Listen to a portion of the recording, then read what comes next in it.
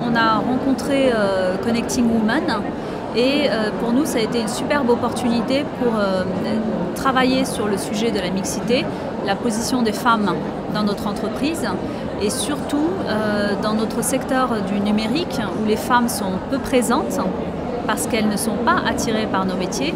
Donc on pense que c'est un enjeu à la fois de justice et d'équité sociale et aussi un enjeu économique.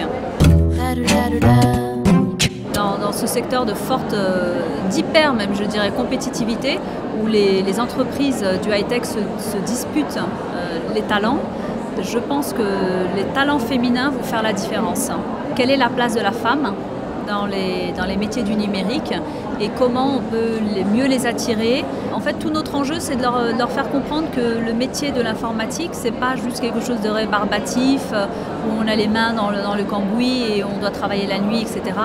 Mais c'est un métier où il y a d'innovation, où il y a de la technologie, et c'est là où elles peuvent mettre à profit leur intelligence.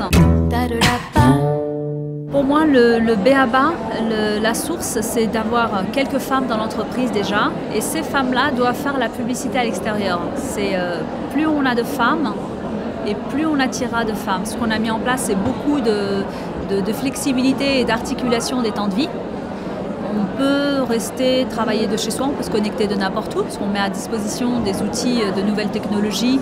Ça va du smartphone au VPN, on paye la connexion Internet à domicile, on prend en charge et on autorise les collaborateurs à travailler de chez eux, à se connecter si leur enfant est malade, si pour des raisons diverses et variées, sans même avoir à le justifier, les collaborateurs peuvent le faire. Là, on rentre dans le stéréotype, mais c'est une réalité. Les femmes sont quand même plus engagées dans leur vie de famille. Qu'on le veuille ou non, c'est comme ça, sans être sexiste. Et donc, si elles savent qu'elles ont la possibilité d'adapter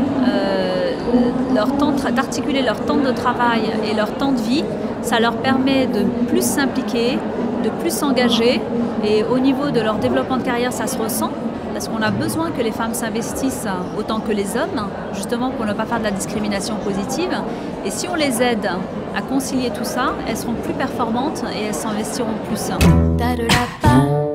Si on prend l'exemple du secteur du numérique, où dans les secteurs techniques, les avant-ventes, les ingénieurs, etc., sont à forte dominante masculine. Ce n'est pas une discrimination contre les femmes, c'est un état de fait. Quand nous diffusons une offre pour des ingénieurs ou des commerciaux, on a quasiment 95% de candidatures qui sont des hommes. Et donc nous, à compétences égales, on préférait prendre une femme. Malheureusement, c'est toute ma difficulté, moi, c'est de recruter les femmes. Et on en manque. Il y a une pénurie au niveau des études. Une fois qu'on recrute une femme, même dans un métier considéré comme métier d'homme, la difficulté c'est comment la femme va trouver sa place dans ce milieu d'hommes. Parce qu'on a eu quelques femmes, on a quelques femmes actuellement, et toute la difficulté c'est comment faire pour qu'elles puissent exister à part entière en tant que femme, sans essayer de ressembler à un homme pour s'intégrer. On est dans le fond du problème, c'est le changement des mentalités. Parce que moi, ma difficulté, c'est pas que les femmes, elles arrivent dans mon entreprise, c'est qu'elles y restent, qu'elles s'épanouissent en étant la seule femme parmi un groupe d'hommes. Si les hommes ne sont pas au rendez-vous, si les hommes ne s'impliquent pas et ne considèrent pas que c'est leur problème, on sera toujours très en retard par rapport à cette égalité.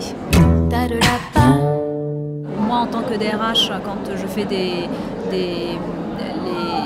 meetings, les réunions d'information trimestrielles, j'en profite toujours pour rappeler quel est le rôle du manager. Donc, il y a la partie quantitative, chiffrée, etc. Et ensuite, il y a la partie humaine, comment il gère ses équipes et comment il gère la différence au sein de son équipe. Donc, je parle toujours de la diversité en général parce que je ne souhaite pas axer uniquement sur la mixité, bien sûr. La mixité fait partie du sujet, du sujet majeur qui est la diversité, bien entendu. L'importance des réseaux féminins est vraiment quelque chose à prendre en considération parce que c'est quelque chose qu'on devrait dépasser. Malheureusement, on n'en est pas encore à ce stade. Donc c'est un outil qu'il faut utiliser allègrement qu'il faut en abuser, que les femmes sont aussi intelligentes que les hommes. Les femmes veulent avoir leur place dans la société économique, dans les entreprises, participer aux décisions nationales, etc.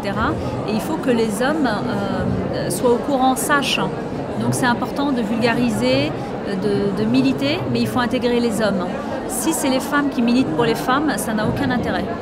Donc le danger des réseaux, et si je pouvais faire une alerte, c'est ouvrez les réseaux aux hommes. Arrêtons de les appeler réseaux de femmes.